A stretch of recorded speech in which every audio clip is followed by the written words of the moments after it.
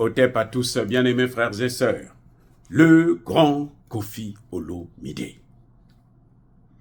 Koffi Olomide, le grand chanteur, l'icône de la musique congolaise.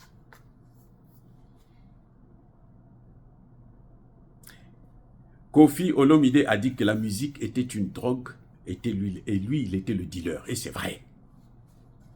Parce qu'il est trop bon dans ce domaine. Vous savez pourquoi il est très bon?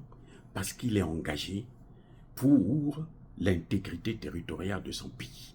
Parce qu'il est engagé pour le soutien de la RDC.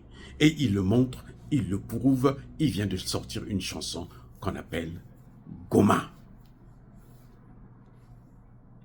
Monsieur Koffi Olomide soutient la population de Goma. Et en esprit avec cette population. Il souffre depuis ces lieux où il se repose, où il chante, où il mène sa vie. Il est aussi malheureux que ceux qui sont à Goma.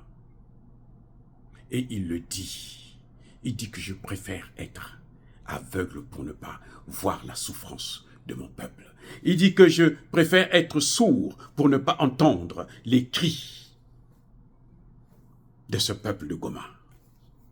Monsieur Koffi Olomide soutient l'armée congolaise et les Wazalendo. Puisqu'il chante dans ce clip, il est en tenue militaire. Formidable. Nous aimons des chanteurs engagés parce que un chanteur ne peut vivre que si son peuple-là vit. Aujourd'hui, Koffi Olomide ne peut pas aller chanter à Goma, là où les gens sont en train de pleurer. Donc, il ne peut pas faire son travail, il ne peut pas exercer sa fonction de chanteur. Eh oui.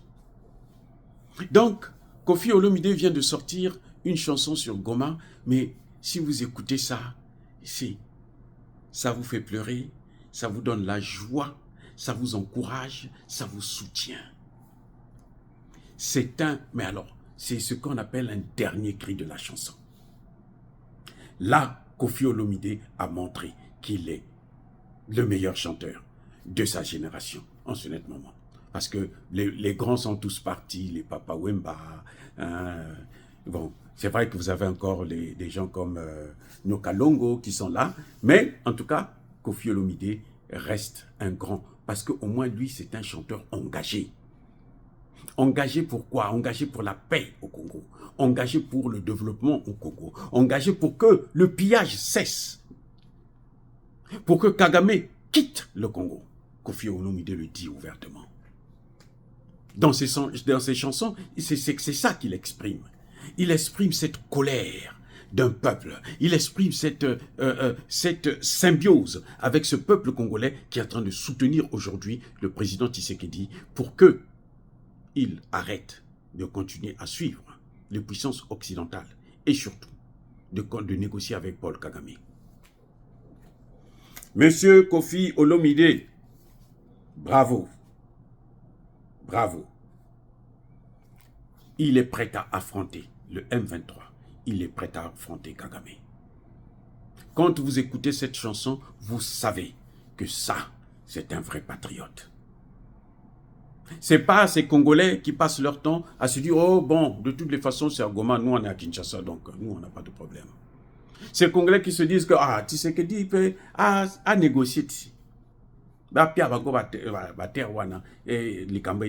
Non. Koffi Olomide, ce n'est pas quelqu'un qui baisse la culotte devant l'ennemi.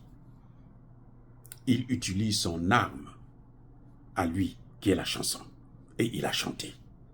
Il a chanté, donc il a parlé. Il a parlé, donc il a écrit, parce que ça restera gravé dans l'histoire du Congo. Oui, monsieur Koffi Olomide, je vous salue. Formidable. Soyez bénis, soyez abondamment bénis par le Dieu de Kémite et par nos ancêtres angélisés, mais que tous ceux qui persécutent le continent africain le pillent et le déstabilisent, qu'ils soient noirs, blancs, chinois, arabes, juifs, indiens, qui qu'ils soient punis, maudits, foudroyés, neutralisés, écrasés, effacés par le Dieu de Kémite et par nos ancêtres angélisés. Vive l'Afrique éternelle, j'ai dit et j'assume.